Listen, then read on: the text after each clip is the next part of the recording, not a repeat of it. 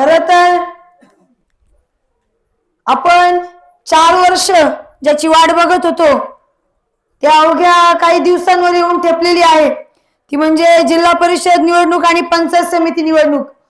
आणि तुम्हा सर्वांचा आशीर्वाद घेण्यासाठी आम्ही तिन्ही उमेदवार, मी असेल, अश्विनीताई असतील, कमलताई असतील, आम्ही सगळे तुमच्या भेटीसाठी आज इथपर्यंत आलेलो आहोत। सांगायचं तात्पर्य एवढंच की आपलं चिन्ह जे घड्याळ आहे, या घड्याळाला मत आपल्याला का करायचंय, कारण हे घड्याळ फक्त घड्याळ नसून विकासाचं आणि विश्वासाचं घड्याळ आहे। जे काम आपल्या आमचे आधारस्तंभ आपल्या जुन्नर तालुक्याचं ज्यांनी नेतृत्व केलं, तसे दमदार आमदार अतुलदादा बेनके साहेबांनी ज्या कामांची भरभराट आपल्या भागामध्ये केली, त्यांच्या छत्रछायेखाली राहून पुढे जाऊन आपल्या भागासाठी अजून चांगलं काम करायचे।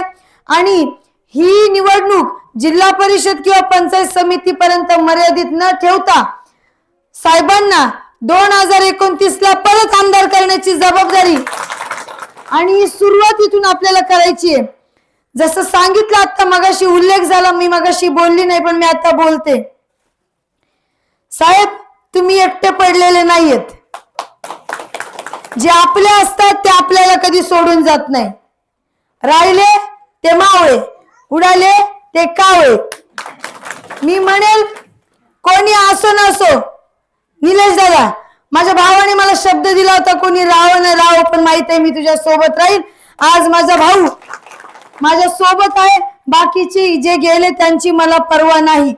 पण एवढं नक्कीच सांगू इच्छितो, तुमच्याकडून जर 50 लोक हरवले असतील तर 500, 5000, 25000 एवढी लोक ही ताकद आपण उभी करू शकतो। कारण तुम्ही जितकं काम केलेलं आहे, लांडे साहेबांनी जितकं काम केलेलं, तुम्ही माझ्या माहितीप्रमाणे आपल्या भागामध्ये असे एकमेव 2 व्यक्तिमत्व आहेत की ज्यांनी कोणतेही पद नसताना सुद्धा जनतेमध्ये सातत्याने काम केलेली आहे, जनतेची सेवा केलेली आहे। त्यामुळे तुम्हा सर्वांच्या आशीर्वादाने आज आम्ही पहिली पायरी चढतोय। आणि अखंड पायरी चढायची म्हटले, गड किल्ला चढायचा म्हटल्यावर तुम्हा सगळ्यांची साथ हवी आहे।